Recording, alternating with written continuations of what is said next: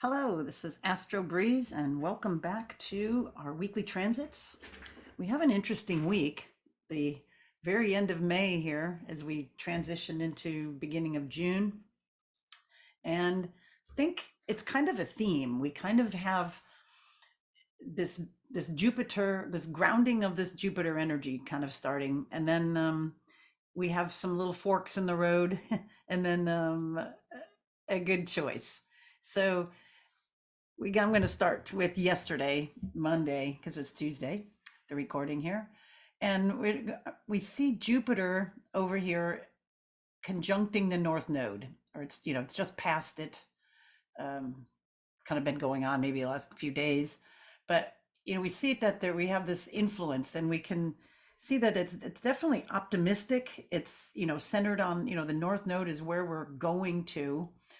In the collective here, we have this, it's the nodes move backwards.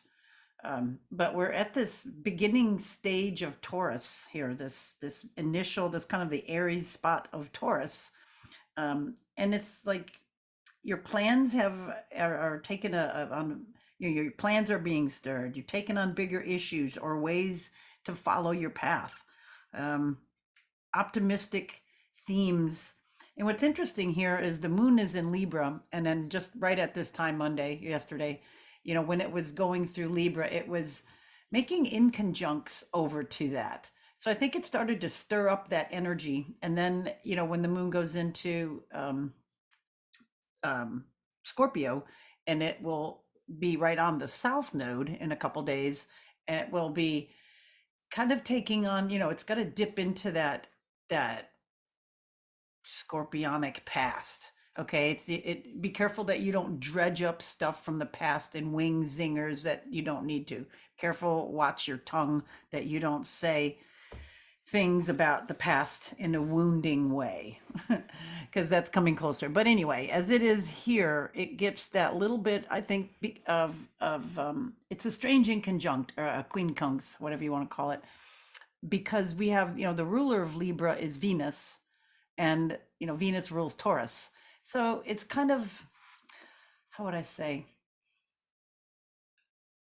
not sappy optimistic, but calm, cool, collected optimistic. There we go. Maybe more realistic optimistic. I like that word, realistic. I like that phrase, realistic optimistic. All right, so we kind of have that heading in to this week. And then today, we kind of have a lot of moon aspects mainly this week. And then there's a few big ones, but it's and we build up to the full moon at the end of the week. But there's a lot of moon aspects and not a lot of other things, but they're important because there's like timing of events. I think the moon will be maybe more making more timing of things rather than anything else. Okay, so moving on. Today, there's not a whole lot. It's kind of like in that in between day. We have things building, and we can see a couple things building here already. We can see this quincunx building between Mars and Saturn, right? The Mars and Aquarius would be opposition. So now Mars has got to hit Saturn, and they got to just not see, they're just not going to see things the same way. But we'll get there. Here we go. So tomorrow, moving into Wednesday, Wednesday's an odd day. And I have to say that because first of all, we see Mars there with that 150-degree, not real good energy aspect to Saturn. So um, where you're putting your energies, you may have to wait, you may have to reconfigure, you may have to, something else may have factored in, and you may have to maybe make some difference there, a change. But heed this: the moon goes void of course. It's a long one. We had a long one last week. I think it was I can't remember what day it was, but it was a long time that the moon was void. So moon basically goes offline. It makes its last major aspect, Ptolemaic aspect, and then it won't make anything until it changes signs. So that's when it's in the void space. So things tend to not hold or not to come to fruition. Things, it's like if you sign something tends not to work, or it gets lost, or something happens. So that's from on the East Coast of United States. It's from 10:53 a.m. to 7:45 p.m. basically all day. So if you have something to sign or do it before 10:53 in the morning. Or if you're on the West Coast, the time is a little bit different. You have a little bit longer, and it's adjusted. But on the East Coast, it goes to almost 8 o'clock. So it's kind of like the whole day. Okay, so that's there as well, and um, we get that again, that Mars in conjunct Saturn. The conversation is just kind of odd. Okay, moving on to Thursday. Um, Does that? Yeah, they stay. Look, it even stays. They both move, and it stays in that in conjunct, both 6 and 7 degrees. Great. So it kind of hangs out. It hangs longer, into that because they change degrees together. Oh no. So really, I guess, an in conjunct, I guess we just have to pay attention and not be so on to the next. I guess that's the way I could the best say it. I'm an Aries. So you try to heed some of the stuff. It's like I'm thinking about some of the things I have going on, and I may have to comb over a few details. And I think that might be part of what this is saying. So as we move into Thursday on the 1st, um, where's Venus? Venus is starting to come into this trine with Neptune. So I think it's already starting because we got Venus in nice Cancer, and then Neptune in dreamy Pisces, in where Venus is exalted. So it's just a kind of a dreamy, interesting time. Let me just go right up to here. We can see it. There it is. So we have that exact trine. Two water signs, romance, a transcendental type of experience. Maybe watch things like fantasizing about an ideal situation, lover, person, or something. So put that focus into being creative or into some kind of creative project instead of old fantasies or something in your head. It just kind of has a tendency to do that, with the Neptune trine. But your compassion could also be heightened. Things you might be more charitable towards. Um, I look for maybe more focused, specific political action to the truly unfortunate, to people that really need help. Humans really reaching out and being humans and seeing through all the lies, and getting to the crux of the source of something. Trying to wade through that. So maybe having spiritual connections. Again, I like the deep transcendental experience. Maybe it's a time to really meditate and listen. Be still and listen, because we still have that Mars, in conjunct Saturn. So it's not real. Your actions on something is going to be slowed down. So if you focus it on that transcendental experience, because we still have Jupiter over there by the North Node, um, putting emphasis on what you're needing to move into your destiny. What are you moving toward? What are you doing? What are you doing? What are you doing in life? So I think all that is being stirred up, refocused, stimulated, and we can use that to tune in. It's like, just be quiet in your mind, do some meditations, open up, and just keep trying to get yourself open and into that receiving of information spot. I think that's, for me, what this is saying. All right. Now we move into our full moon. Whoops, let me get back. It was just a few degrees. Okay, so that's pretty close. The moon here. Actually, I want to do it. I like when it's go hours. See if we can get the moon right there at 13. There it is. Okay, pretty close. Go back to days. I'll be wondering why I'm not moving forward. Okay, so here on Saturdays, like late Friday, let's see, Saturday late. Here we go. 11. Yeah, it's on the East Coast. It's 11:30. Um, Interesting. The Sag Moon. Okay, so we're bringing this month's theme to fruition. We're trying to bring up stuff that we've been doing the last few weeks, bringing it to a head, and then we got to kind of either reap the benefits or go over and refix stuff within it. But when it's in Sag is it's a powerful time to like face and transform fears. Sag is blunt. You could share information or share a renewed optimism towards something. They call it the strawberry full moon. I'm not quite sure why. It's also mentally active and verbally expressive because Sagittarius is very blunt.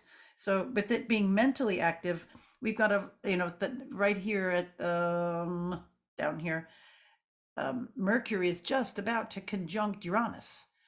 And it's not going to wait to the next day. So with this full moon, we also have this, this aspect coming in. It's going to be in, the next day, this Uranian, mercurial aspect. So that's all going to be more vocal, be more, ideas just popping into your head, and being the full moon, and being that the days before that you were tuning in. Okay. See, this is kind of nice how it rolls out. If you're tuning in like through this week and receiving divine inspiration, divine blessings, opening yourself up instead of talking so much in your head, focusing it on something, mandala, wave generator, sounds, sacred sounds, om.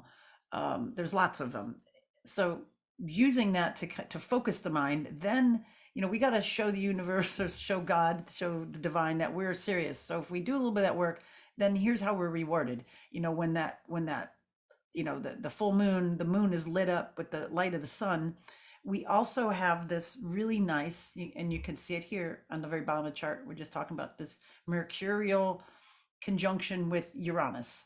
So you have that inspirational thought, those sudden insights that stimulates thinking. It adds excitement to your interactions and daily routines. Things are, out of the norm. You have increased electrifying influence. Your brain is able, your brain is charged more, so it's able to focus on creative work.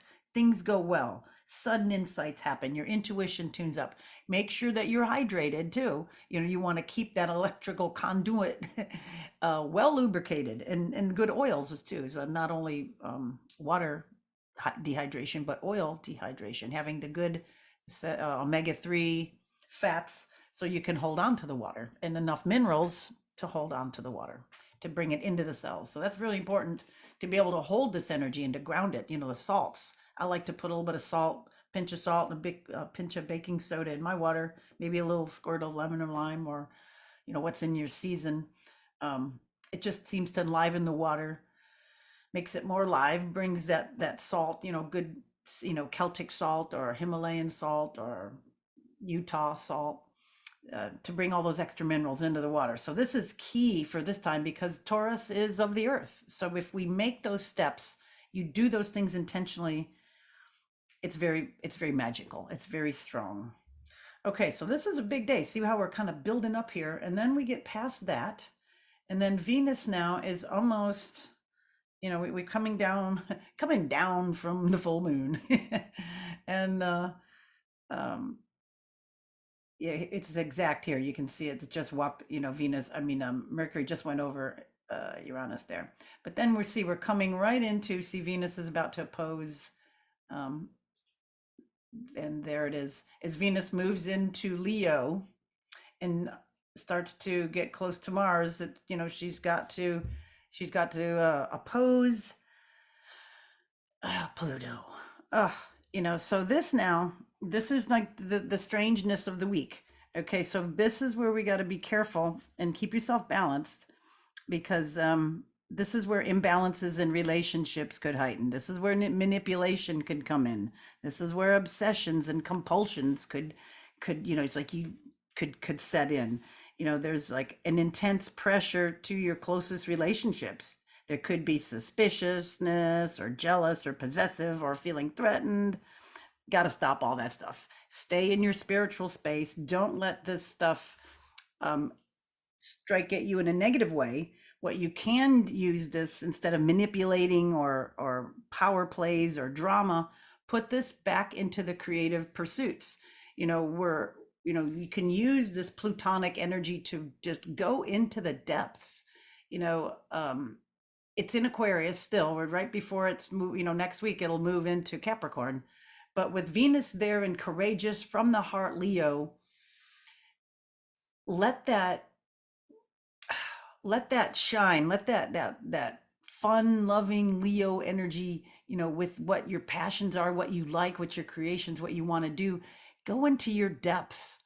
Don't go in that negative, perverted way. Move it over to what's right and look into those depths in a new way. That's the best way that I can say it.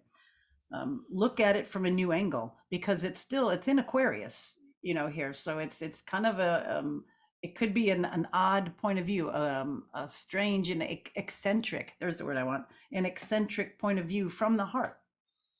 Okay. Yeah. So this is where it's culminating, but this is like the choices that is, we have to make with things, and this is where astrology, I think, brings some of these in a good way to us. And if we understand what's happening when we get these things in our head, and you remember this little earbug, later on in the week, hopefully you'll remember this and you go, oh yeah, I see it. Okay, I'm going to shut my mouth right now. And it's better that you do this week. Breathe, say your mantra, snap your fingers, tap, do the tapping or something, go outside, do positive breaths. We tend to hold our breaths, get some big full lungfuls of air, hold on to that because it's been charged with, right through your lungs. Some of these things, put your tongue on the roof of your mouth as you breathe in. You've got to pull in some of these techniques to help you through this. All right. It's going to be it's slightly intense, not a lot of stuff, but just slightly intense because we have some big aspects happening. And anything around the full moon is always highlighted. So, um, yeah, I think that's about all. Because then next week we've got a few more things. But I also want to say we've got that we're building up to a screeching halt. We have the annual retrograde season happening. Next week we have Pluto. Pluto's already retrograde, but it's going to move into Capricorn on the 11th. Right when it moves into Capricorn, Mercury moves into Gemini, just changing signs. It's just interesting that happens. And then we have Saturn going retrograde this month. And then, we have the sun moving into Cancer, and then we'll have Mercury moving into Cancer. And then we have Neptune going retrograde at the very end of the month. So we've got a few things starting to happen. So also, last little thing, get your stuff also more in order with, like, look at all this stuff lining up in Taurus with your home, with your security, what makes you feel secure, with things that are stable, food, security, finances. That's all Taurus stuff. And when it goes, when Uranus and Mercury meet up, that could also be surprising things as well. So just better to be safe than sorry, be forewarned, having all that paid attention to so you can relax the poker factor a little bit as we go through the full moon and afterwards. All right. Talk to you all next week. Thanks for listening. Bye for now.